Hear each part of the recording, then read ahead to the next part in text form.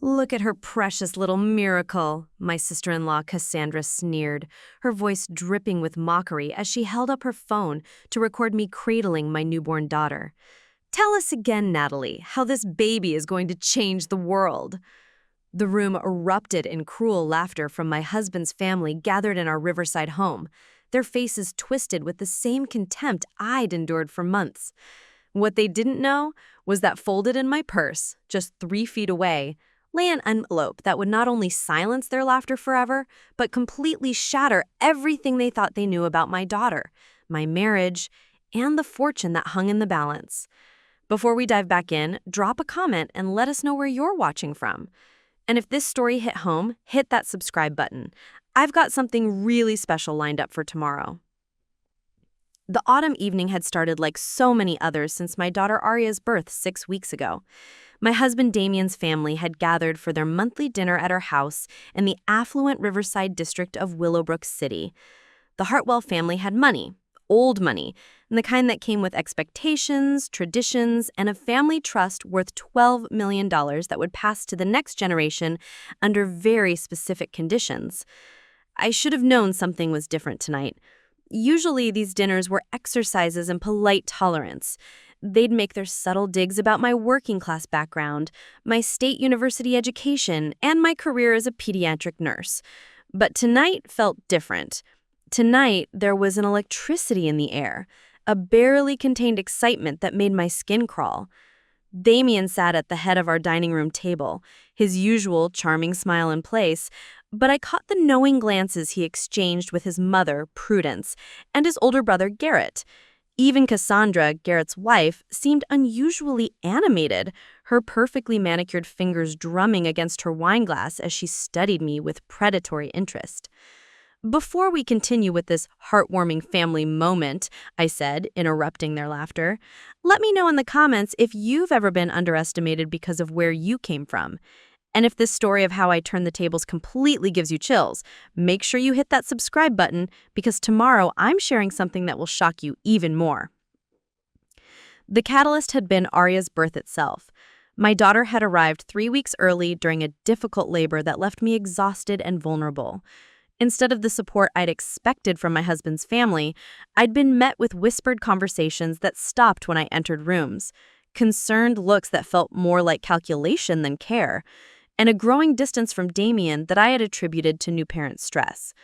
The Hartwell family fortune came with strings attached, as old money always does. The family trust, established by Damien's great-grandfather, had specific provisions about inheritance. The primary heir, in this case Damien as the younger son who'd shown more business acumen than Garrett, would receive the bulk of the estate, but only if they met certain criteria. They had to be married to someone of suitable background and character, and they had to produce a legitimate heir within 5 years of marriage. We had been married for 4 years. When Aria was born, I'd thought we'd secured our future. My husband would inherit the trust, we'd have financial security, and our daughter would grow up wanting for nothing. But the strange behavior from his family had started immediately after the birth, and it had only gotten worse. 3 weeks ago, I'd overheard a phone conversation between Damien and someone I couldn't identify. The timing is perfect, he said, pacing in his study while I fed Aria in the nursery next door. Nobody will question it now, and we'll have everything wrapped up before she can cause problems. When I'd asked him about it later, he'd brushed off my concerns with the same practiced smile he'd inherited from his mother. Just business, darling, nothing for you to worry about. But I was worried. The whispered conversations, the strange meetings at our house when I was at the grocery store, the way Cassandra looked at me like she knew something I didn't. It all felt wrong.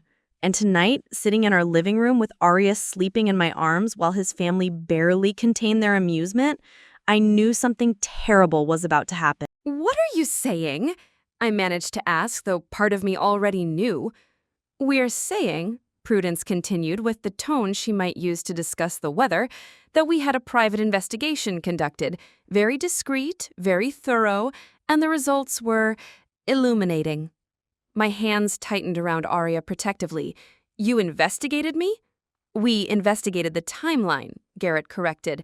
Your work schedule, your whereabouts during the conception window, your relationships with your colleagues at Mercy General Hospital. I thought of Dr. Alexander Reed, the attending physician I'd worked closely with, the man whose friendship had sustained me through the difficult early months of my pregnancy, when Damien had seemed distant and distracted. Alex had been married, devoted to his wife and children, and completely professional in every interaction we'd had. But I remembered the way Damien's family had watched us at the hospital Christmas party, the way they'd noted every conversation, every moment of collegial warmth. "This is insane," I said, standing up with Aria still in my arms. "You think I had an affair? You think this isn't Damien's daughter?" The laughter that followed was the cruelest sound I'd ever heard. It echoed off the walls of the home I thought was mine, bounced off the family photos that suddenly felt like evidence of a life that was about to be torn away from me. "We don't think anything, dear," said Prudence, her voice honey-sweet with venom. "We know, and tomorrow morning we're meeting with our attorneys to discuss how this affects the trust provisions. Infidelity and illegitimate children, I'm afraid, disqualify Damien from inheritance. But don't worry, we'll make sure you're taken care of during the transition." I looked at my husband again, searching for his face to any sign that he didn't believe them, that he would fight for me, for us. Instead, I saw resignation and something worse, relief, as if this accusation was exactly what he'd been waiting for. "Damien," I whispered, "tell them they're wrong." He finally met my eyes, and in them I saw the truth.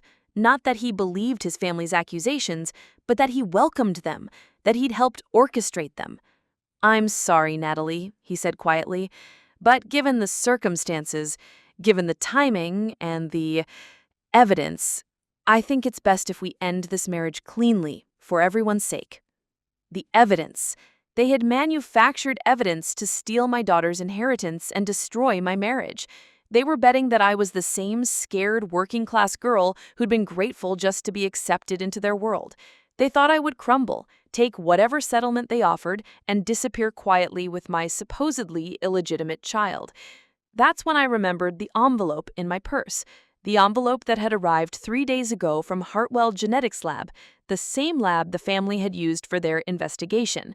The envelope I'd been afraid to open because I'd thought it might contain the results of tests I'd never authorized. I'd been wrong about what was in that envelope, and they were about to find out just how wrong they'd been about me.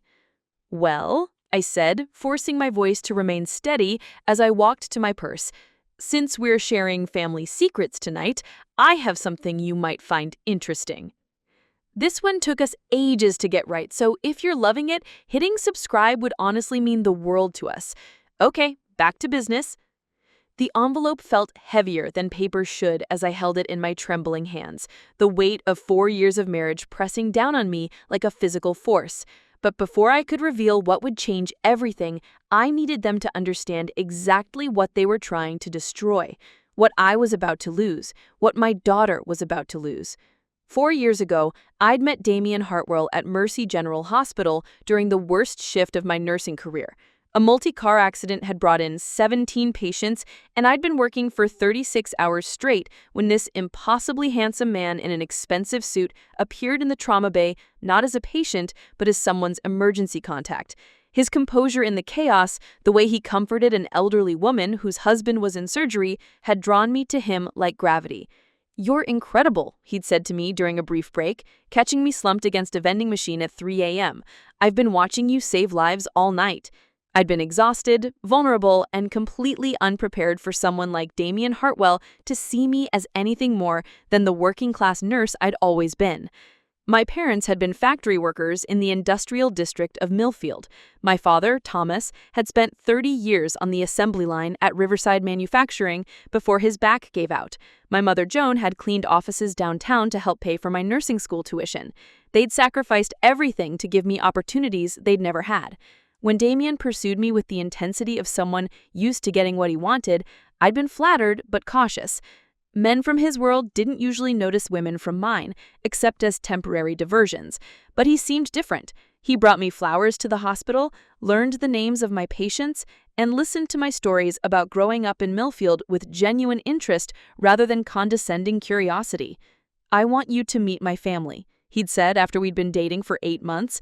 The invitation to the Hartwell estate in the prestigious Riverside district had felt like stepping into a different universe. The mansion sat on 12 acres overlooking Willowbrook Lake, its stone facade and manicured gardens speaking of generational wealth that went beyond anything I'd imagined. The staff who answered the door, the artwork covering the walls, the casual way they discussed vacation homes and charitable foundations. It was intimidating and intoxicating at the same time. Prudence Hartwell had greeted me with the kind of smile that didn't reach her eyes, the practice expression of someone who'd perfected social pleasantries while maintaining emotional distance. "So, you're the nurse Damien's been telling us about," she'd said, managing to make my profession sound like a hobby rather than a calling. Garrett had been more openly dismissive, asking pointed questions about my family's circumstances and my long-term goals that made it clear he viewed me as a gold digger who needed to be vetted and hopefully discredited. Cassandra had simply ignored me, treating me like part of the household staff rather than a guest. But Damien had defended me that night, his hand warm and reassuring on my back as he redirected his family's more intrusive questions. "Natalie is brilliant," he'd said firmly.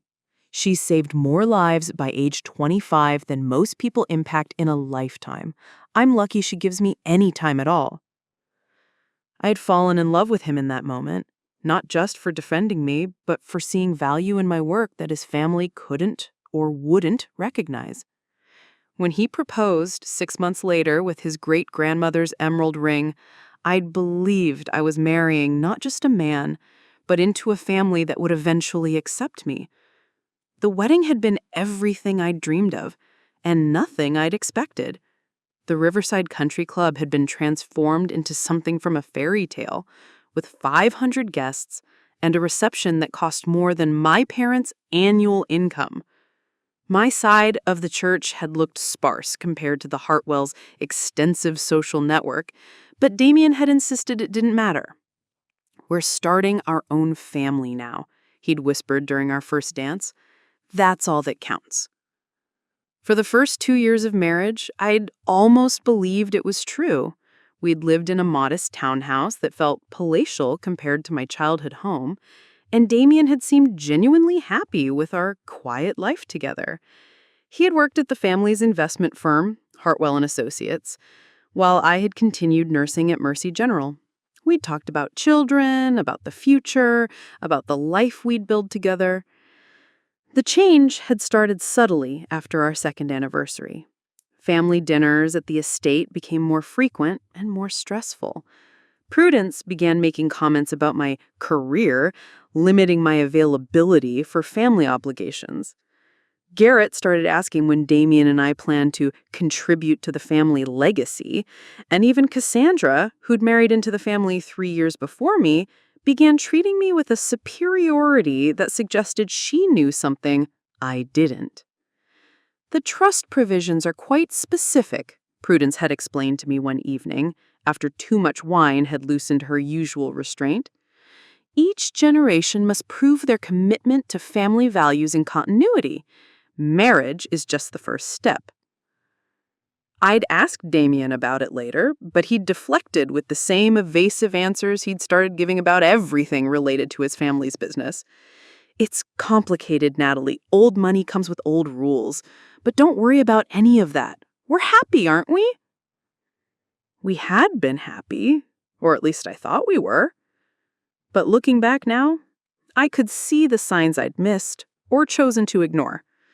The way he'd started working later hours, ostensibly to prove himself worthy of larger responsibilities at the firm. The way his phone had become off-limits, too many confidential client matters for me to even hand it to him when it rang. The way he'd grown distant during the months we'd been trying to conceive, as if the pressure of producing an heir had transformed intimacy into obligation. When I'd finally gotten pregnant, Damien's reaction had been complex. Relief mixed with anxiety, joy tempered by something I couldn't identify. He'd been supportive during the pregnancy, attending doctor's appointments and setting up the nursery with enthusiasm that seemed genuine. But there had been undertones I'd attributed to normal expectant father nerves. "My family has expectations," he'd said one night as we'd painted the nursery a soft yellow, not knowing whether we were having a boy or girl. "Sometimes I worry I'll never be able to meet them all." "We'll figure it out together," I'd reassured him, my hand on my growing belly. "That's what marriage is for." But now, sitting in our living room while his family laughed at accusations of my infidelity, I realized that Damien had never intended for us to figure anything out together. He'd been managing me, just as his family had taught him to manage all their assets and liabilities. I'd been useful when he'd needed a wife to meet the trust requirements. Now that they needed a reason to disqualify me, I'd become expendable. The cruelest part wasn't even the betrayal itself. It was the recognition that they'd never seen Aria as Damien's daughter or my miracle. They'd seen her as a potential claim against their fortune, a complication that needed to be eliminated through whatever means necessary. Dr. Alexander Reed, the colleague they'd implicated in their fictional affair, was a good man with a loving family who'd never been anything more than professional and kind to me. The fact that they dragged him into their scheme, potentially damaging his reputation in marriage, showed just how far they were willing to go to protect their money. But they'd made one crucial mistake in their investigation. They'd assumed I was the same naive, grateful girl who'd been overwhelmed by their world 4 years ago. They'd assumed I would crumble under pressure and accept whatever story they constructed about my character and my daughter's paternity. They'd assumed I hadn't learned anything during my years as a Hartwell, hadn't absorbed any of their lessons about power, preparation, and the importance of documentation. Most importantly, they'd assumed the envelope in my purse contained something that would hurt me. They were about to discover just how wrong they were. The silence that followed my words stretched like a wire ready to snap. I stood there, envelope in hand, watching their smug expressions falter as they registered something they hadn't expected. Confidence. Instead of the broken, defeated woman they'd anticipated, I was calm, collected, and clearly holding cards they didn't know existed. But I wasn't ready to play my ace yet. First, I needed to understand exactly how deep this conspiracy went, and I needed them to reveal more of their hand before I showed mine. "Actually," I said, sliding the envelope back into my purse, "before we get to that, I'm curious about something. This investigation you mentioned, when exactly did you commission it?" Prudence exchanged a quick glance with Garrett, a micro-expression that confirmed what I'd suspected. "Does the timing matter, dear? The results speak for themselves." "Humor me," I replied, settling back into my chair with Aria still sleeping peacefully in my arms. "I'm a nurse. I believe in thorough documentation and proper procedures. When did you first decide my fidelity needed investigating?" The question hung in the air like smoke. Cassandra shifted uncomfortably, her wineglass suddenly requiring intense study. Damien's jaw tightened almost imperceptibly, but I caught it. The tell I'd learned to recognize over 4 years of marriage when he was calculating his next move. "We began having concerns several months ago," Garrett finally said, his lawyer's training evident in the careful phrasing. "Certain behaviors, inconsistencies in your schedule, your close relationship with colleagues." "Several months ago," I repeated thoughtfully. "That would be around the time I entered my 3rd trimester. Interesting timing for an investigation into conception dates, don't you think?" The room's temperature seemed to drop several degrees. I could see the wheels turning behind their eyes, trying to determine how much I knew, how much I'd figured out, and most importantly, how much of a threat I actually posed. What they didn't know was that I'd been conducting my own investigation for weeks. It had started innocently enough. 3 weeks after Aria's birth, I'd returned to work part-time, desperate for some normalcy after the isolation of new motherhood. That's when my colleague and friend, nurse practitioner Riley Morrison, had pulled me aside in the break room. "Natalie, I need to tell you something, and I don't know how to say it gently," she had begun, her usual cheerful demeanor replaced by concern. "Someone's been asking questions about you, about your work schedule, your relationships here, your personal life." The blood had drained from my face. What kind of questions? "A private investigator came by 2 weeks ago. He had credentials, seemed legitimate, said he was conducting a routine background check for insurance purposes related to your husband's family business. But the questions?" Riley had shaken her head. "They weren't about your work performance or reliability. They were about your interactions with male colleagues, your overtime hours, whether you'd ever been seen socializing with doctors or staff outside of work." That conversation had launched me into my own quiet investigation. I'd reached out to other departments, other colleagues, piecing together a timeline of inquiries that painted a disturbing picture. The investigator had been thorough, systematic, and completely focused on building a case for infidelity rather than simply verifying facts. But the most damning discovery had come from an unexpected source: hospital security. Jake Martinez, head of security at Mercy General, had been a patient of mine 2 years ago when he'd suffered a heart attack at age 45. We'd developed a professional friendship based on mutual respect, and when I'd approached him about the investigation, he'd been more than willing to help. "I can pull surveillance footage from our system," he'd offered. "If someone's making accusations about your behavior here, we can prove exactly what happened and when." The footage had been eye-opening, but not in the way the Hartwells expected. Hours of security recordings showed me doing exactly what I'd always done: working diligently, maintaining professional relationships, and showing no signs of the inappropriate behavior they were alleging. But more importantly, the timestamps proved I'd been exactly where I'd claimed to be during every shift, every break, every moment they had questioned. But Jake had discovered something else while reviewing the footage, something that had made my blood run cold. "Someone accessed these files before you did," he told me, his expression grim. 3 weeks ago, someone with administrative credentials pulled footage from the same time periods you're asking about. They had legitimate access, but it's unusual for external requests." The administrative credentials had been traced back to Hartwell and Associates' corporate account. Damien's family hadn't just hired an investigator to watch me, they'd gained access to hospital security systems to build their case. That's when I'd realized this wasn't just about accusations of infidelity. This was about creating documentation, building a legal foundation that would stand up in court when they moved to challenge Aria's legitimacy and my claim to any portion of the family trust. I'd started documenting everything after that discovery. Every conversation, every strange look, every family gathering where undercurrents of conspiracy seemed to flow beneath polite dinner conversation. I'd learned from the best, after all. 4 years of watching the Hartwell family operate had taught me the importance of preparation, documentation, and always having leverage. The investigation had led me to other uncomfortable truths. Phone records I'd requested from our cellular provider showed patterns I'd never noticed. Calls between Damien and his family members that increased dramatically during my pregnancy, often occurring when I was at work or asleep. Text messages to and from numbers I didn't recognize, always deleted from his phone before I could see them. Most disturbing had been my discovery at Damien's office.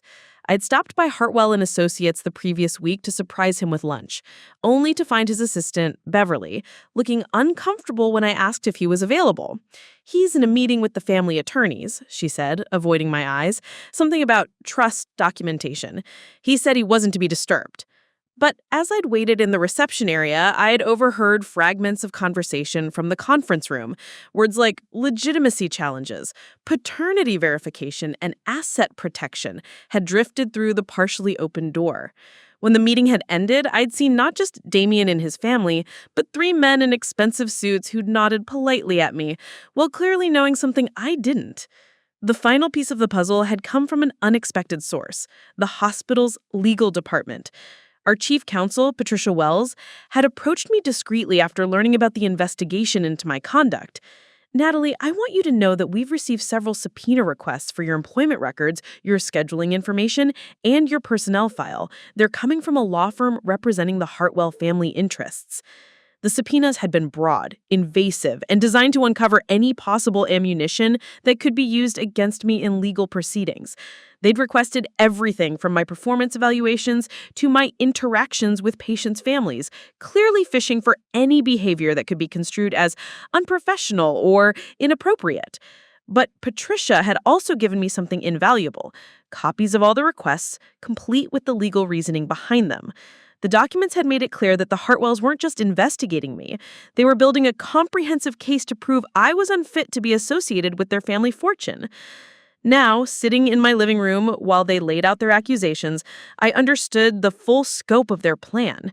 They'd spent months building a false narrative, gathering carefully selected evidence, and positioning themselves to destroy my reputation and my daughter's future with surgical precision. What they hadn't counted on was that I'd been building my own case at the same time. You know, I said, setting down my water glass with deliberate calm, it's interesting that you mention inconsistencies in my behavior. I've been noticing some inconsistencies myself. Damien leaned forward slightly, his expression carefully neutral. What do you mean? Well, for instance, I'm curious about why your family's law firm needed my complete employment records going back 5 years, or why they requested security footage from my workplace, or why they've been in contact with my hospital's administration about my reliability as an employee. The color drained from Cassandra's face. Prudence's wineglass paused halfway to her lips. Garrett's confident smirk faltered for the first time all evening. I'm also curious, I continued, my voice growing stronger, about why this investigation began before Aria was even born, if it was really about verifying paternity. Almost as if someone was looking for reasons to challenge her legitimacy regardless of the biological facts. The silence stretched between us, heavy with implications and unspoken truths. They were beginning to realize that their careful plan had a fatal flaw. They'd underestimated me. But I wasn't done yet. The envelope in my purse contained more than they could possibly imagine, and I was just getting started. The tension in the room had become almost unbearable, each second stretching like an eternity as I watched their carefully constructed confidence begin to crack. They were starting to realize that their perfect plan had holes, but they still believed they held the winning hand. They still believed their fabricated evidence would be enough to destroy me and secure their fortune. It was time to change that. You know, I said, adjusting Aria in my arms as she stirred slightly, I want to thank you all for being so thorough in your investigation. It really opened my eyes to how much I didn't know about this family's business practices. Prudence set down her wineglass with a sharp clink. I'm not sure what you're implying, but I'm not implying anything, I interrupted, my voice steady and clear. I'm stating facts. For instance, did you know that when you access hospital security systems using corporate credentials, there's a digital trail? IT departments keep logs of who accessed what files and when. Damien's face had gone completely pale. Garrett was no longer smirk, and Cassandra appeared to be calculating how quickly she could distance herself from whatever was about to unfold. Or that when you hire private investigators to conduct surveillance on someone, they're required to maintain detailed reports of their activities. Reports that include timestamps, locations, and yes, even recordings when they're legally obtained. I reached into my purse, but instead of pulling out the envelope they expected, I withdrew a small digital recorder that had been running since I'd sat down. This entire conversation has been recorded, I announced calmly. Your admissions about the investigation, your accusations, your discussion of trust provisions and inheritance manipulation, all of it. The explosion of voices was immediate. Garrett shot to his feet. Cassandra started protesting about privacy laws, and Prudence began making threats about legal consequences. But Damien just sat there, staring at me with something that might have been admiration if it weren't tinged with horror. You can't use that recording, Garrett sputtered, his lawyer instincts kicking in. This is our home. Actually, this is my home, too. And in the state of Vermont, only one party needs to consent to record a conversation. I consent. Vermont has different laws, he began. No, Garrett, it doesn't, I checked, thoroughly. just like I checked the inheritance laws regarding fraudulent claims against trust funds. I stood up, still holding Aria, and walked to the mantelpiece, where family photos displayed decades of Hartwell prosperity. You see, while you were investigating my alleged infidelity, I was investigating something else entirely. I was investigating the family trust. The room fell deadly silent. The trust documents are public record, filed with the probate court when your great-grandfather established them in 1952. Fascinating reading, really, especially the provisions about what happens when someone attempts to manipulate the inheritance through fraudulent means. I turned back to face them, and I could see the first flickers of real fear in their eyes. According to Section 12, subsection C of the trust documents, any heir who attempts to defraud other beneficiaries or manipulate the terms of inheritance through false accusations or fabricated evidence shall forfeit their entire claim to the estate. Prudence's hand flew to her throat. That's not how the trust works, isn't it? Because I have a copy right here. I pulled out a thick legal document from my purse, obtained directly from the probate court's public records. Would you like me to read the relevant sections aloud? Damien finally found his voice. Natalie, you don't understand. I understand perfectly. You needed a wife to meet the trust requirements. You needed a child to secure your inheritance. But when Aria was born, you realized something that terrified you. That she would also have a claim to the family fortune, a claim that would eventually reduce your own inheritance. I walked closer to the group, my confidence growing with each step. So you hatched a plan: fabricate evidence of infidelity, challenge her paternity, and eliminate both of us from any future claims while still technically fulfilling the trust requirements yourself. Cassandra was shaking her head frantically. This is insane. You never what? Garrett, would you like to explain why your law firm billed the family trust $47,000 for investigative services last month? Or why those services were contracted before Aria was even born? The billing records had been the final piece of evidence I'd needed. The hospital's legal department had helped me trace the financial trail, revealing payment authorizations that predated their supposed concerns about paternity by months. You started planning this before my daughter was born, I continued, my voice growing stronger. You commissioned investigations, prepared legal challenges, and arranged for evidence that would support your predetermined conclusion. This was never about protecting the family fortune, it was about stealing it. Now I reached for the envelope that had started this entire confrontation. The envelope they thought contained something that would destroy me. But here's where your plan had a fatal flaw. I opened the envelope slowly, dramatically. You assumed I was the same naive girl who married into this family 4 years ago. You assumed I hadn't learned anything about documentation, evidence, and the importance of verification. I pulled out the first document, a paternity test result from an independent laboratory. This is a DNA analysis comparing Aria's genetic markers to Damien's, conducted by GeneTech Laboratories 3 weeks ago. I had it done the moment I realized what you were planning. Damien's face went white as I held up the results.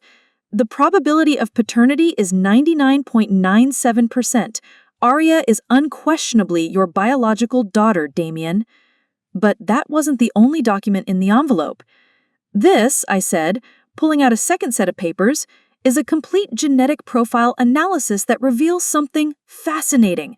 Not only is Aria definitely Damien's daughter, but the genetic markers prove she's descended from the same bloodline as the Hartwell Trust founder. I looked directly at Prudence, and which means she has as much right to that inheritance as anyone else in this room. The third document was perhaps the most damaging of all. And this is a notarized statement from Dr. Reed, the colleague you tried to implicate in your fictional affair. He's willing to testify under oath about his completely professional relationship with me, and he's quite angry about being dragged into your conspiracy. This is a complaint I've filed with the State Bar Association regarding the unethical conduct of certain attorneys who shall remain nameless for now. It details the fraudulent investigation, the manipulation of evidence, and the attempt to defraud a trust through false accusations. Garrett's face had gone ashen. His legal career was on the line now, and we both knew it. You also might be interested to know, I continued, that I've been in contact with the trust's other beneficiaries, your cousins in California, who were cut out of the primary inheritance 20 years ago. They're very interested in learning about attempts to manipulate the trust through fraudulent means. The room erupted again, but this time it was different.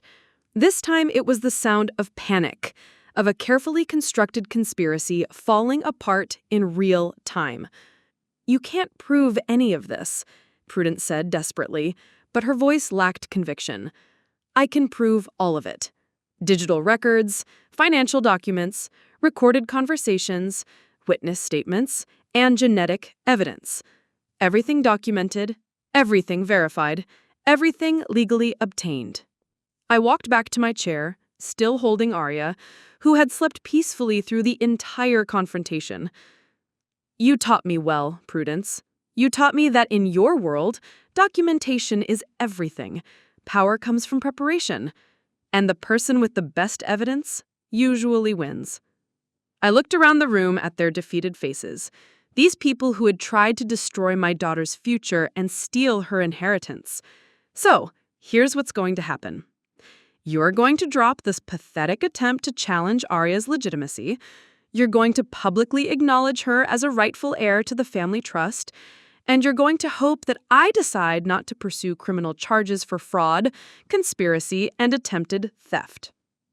The silence that followed was absolute. The envelope you thought would destroy me, I held up the DNA results one more time. It just secured my daughter's future and ended your scheme forever. I had turned their own weapon against them, used their own methodology to expose their lies, and protected everything they had tried to steal. The laughing had stopped, the mockery had ended, and I was just getting started. 6 months after that devastating family dinner, I stood in the sunlit nursery of our new home in Maplewood Heights, watching Aria reach for the colorful mobile spinning above her crib. The house was smaller than the Riverside mansion, but it was truly ours, purchased with the settlement money from the Hartwell family and filled with warmth that their cold estate had never possessed. The legal aftermath had unfolded exactly as I'd predicted that night. Within 48 hours of our confrontation, the family's attorneys had contacted me through intermediaries, desperate to negotiate a resolution that would keep their conspiracy from becoming public knowledge. The State Bar Association's investigation into Garrett's conduct had proceeded regardless, resulting in a 6-month suspension and mandatory ethics training that effectively ended his career at prestigious law firms. Damien had been the first to break. 2 days after the dinner, he'd appeared at our door with divorce papers already prepared. Not the fraudulent documents they'd originally planned, but legitimate agreements that acknowledged Aria's paternity and established her trust fund rights. He'd looked broken, defeated, and somehow smaller than the man I'd married 4 years earlier. I never wanted it to go this far, he'd said, unable to meet my eyes as I reviewed the settlement terms. It started as a way to protect the family assets, but it became something else, something ugly. It became fraud, I corrected, signing my name with steady hands, and conspiracy, and attempted theft from your own daughter. The financial settlement was substantial, enough to ensure Aria's future education, healthcare, and security without requiring any ongoing relationship with the Hartwell family.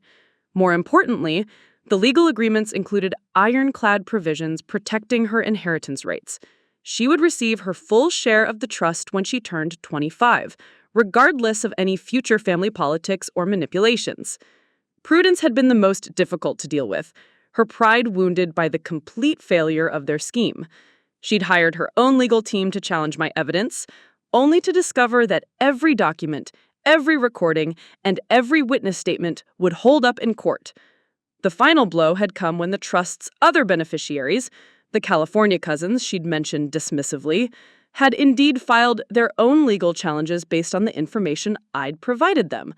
The family's attempt to consolidate wealth through fraud had instead triggered a complete restructuring of the trust that would benefit far more people than they'd ever intended.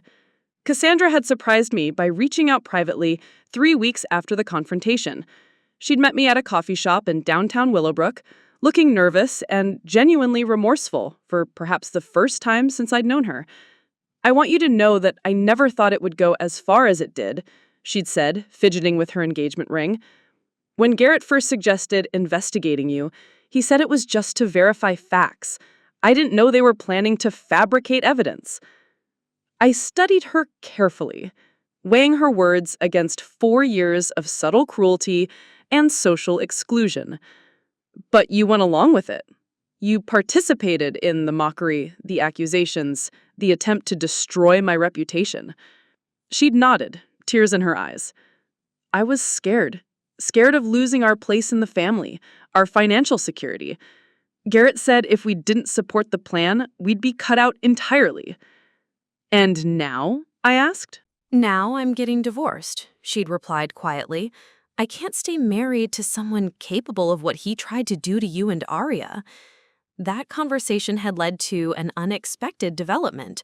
Cassandra had become one of my key witnesses in the various legal proceedings, providing insider testimony about the family's planning and conspiracy that corroborated everything I'd discovered through my own investigation. The professional consequences had extended far beyond the immediate family. Hartwell and Associates had faced scrutiny from multiple regulatory agencies, resulting in significant fines and the loss of several major clients who couldn't risk association with a firm involved in fraud allegations. The investigation had also revealed other questionable practices in their client management, leading to additional legal challenges that were still ongoing. But perhaps the most satisfying outcome had been completely unexpected. 3 months after the divorce was finalized, I'd received a call from Dr. Patricia Wells, the hospital's chief counsel, who had helped me during my investigation. "Natalie, I have a proposition that might interest you," she'd said.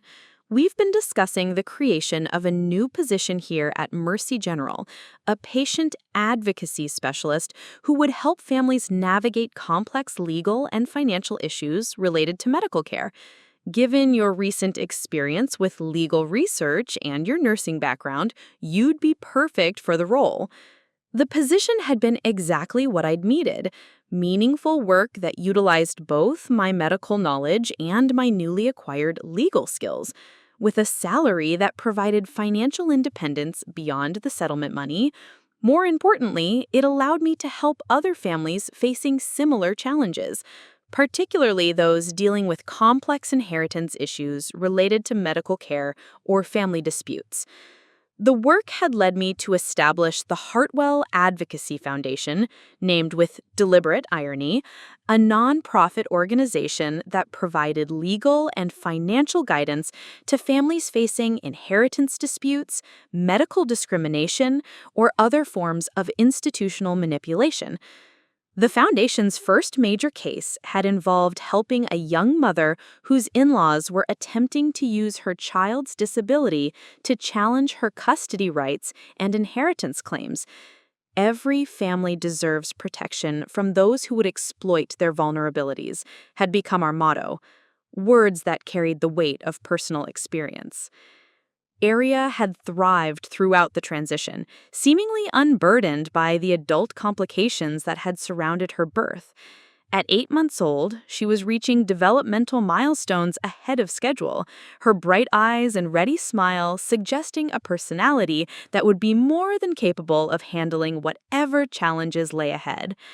The trust fund that had sparked so much family conflict would provide her with opportunities I'd never had: the best education, travel, cultural experiences, and most importantly, the financial security to make choices based on passion rather than necessity.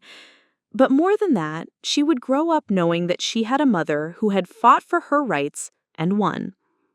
My relationship with my own parents had deepened throughout the ordeal. They'd been shocked by the Hartwell family's behavior, but proud of how I handled the crisis.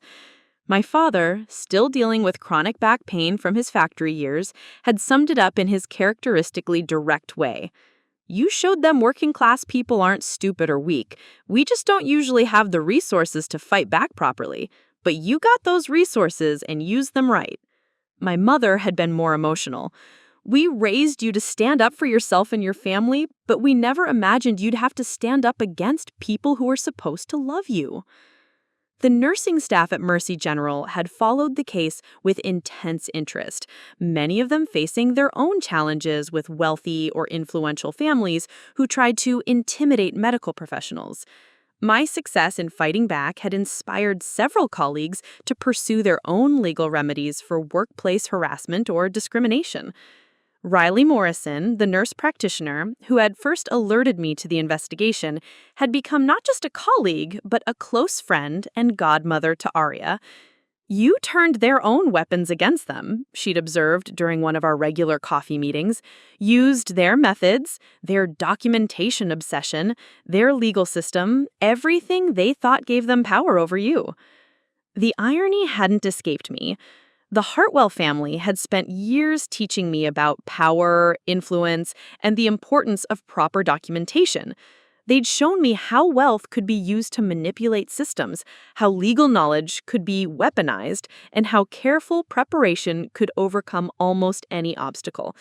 They just never intended for me to use those lessons against them.